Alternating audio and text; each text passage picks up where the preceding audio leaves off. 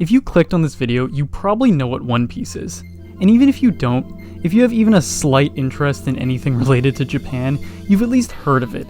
It is the best-selling manga in the world after all. Truth be told, I kind of fell out of caring about One Piece something like 5 years ago at this point, and I honestly don't think it's all that great. I don't say that lightly though, I literally watched it up until there was none left to watch. But I'm not here to talk about why I think One Piece is flawed.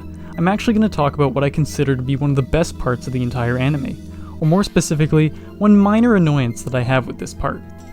Let's back up a bit. Rewind time. The main arc I'm going to be talking about is the Enies Lobby arc, but to do that I need to talk about the events that led up to it. When arriving in the town of Water 7, Luffy and his crew come to the realization that their ship, the Going Merry, has become broken beyond repair, and the crew is in need of an entirely new ship. Throughout the events that take place, this causes Usopp, a character who's mostly been relegated to comedic relief before this point, to completely disagree with Luffy, to the point that they have an actual duel for who gets to keep the ship. This ultimately ends in Usopp temporarily leaving the crew.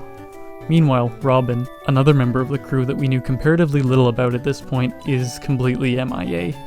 It's eventually discovered that she's had to leave with a bunch of elite government assassins known as Cypherpole 9, or CP9. We'd previously seen these guys as regular unassuming members of Water 7, with one of them even offering sound advice to the Straw Hats about the state of their ship, so this was quite the twist.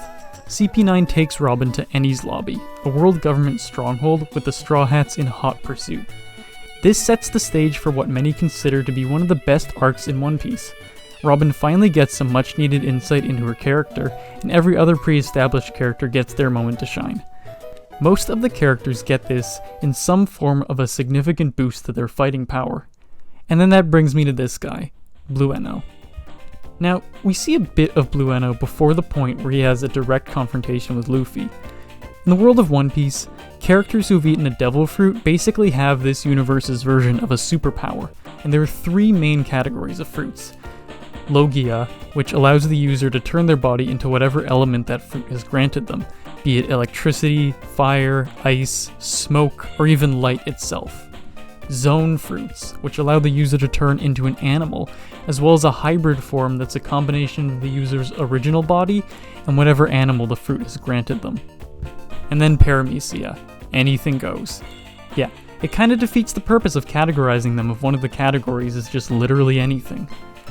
Powers can range from being able to split your body into pieces, being able to evade death itself, and of course being made out of rubber.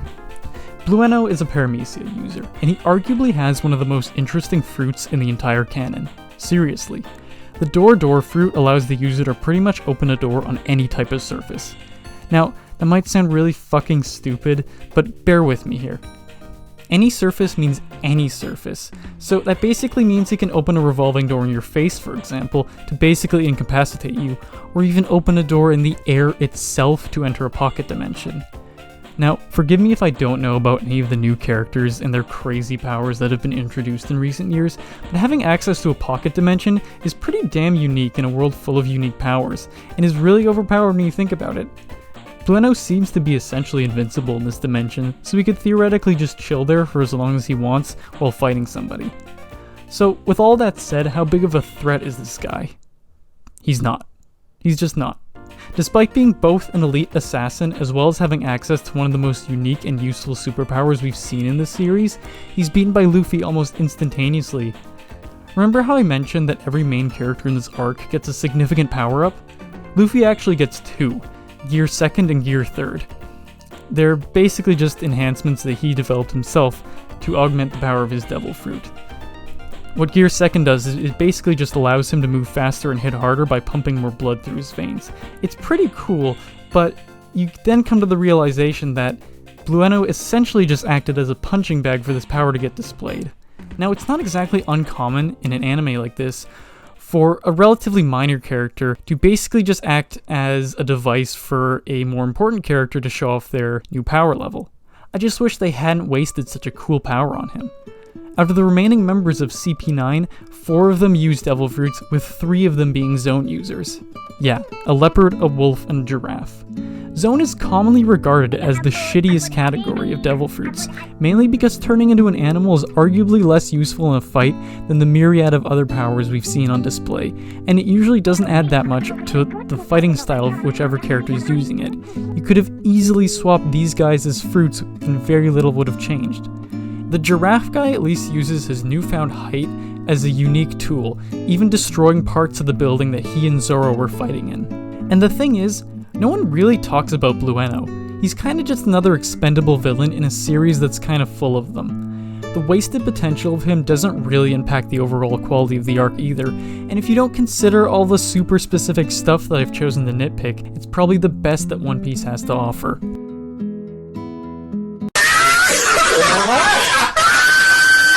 Okay, as much as I hate the typical YouTuber outro of saying, "Wow guys, this video was really hard to make," this video fucking sucked. Getting clips of this show in decent quality and without subtitles meant I had to download full episodes of the dub, which meant listening to a lot of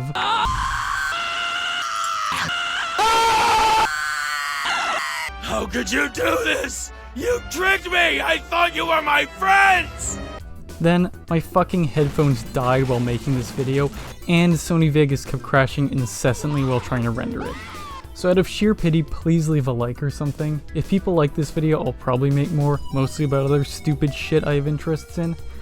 As I said earlier, I don't really care about anime anymore, so they'll probably be about video games and other stuff.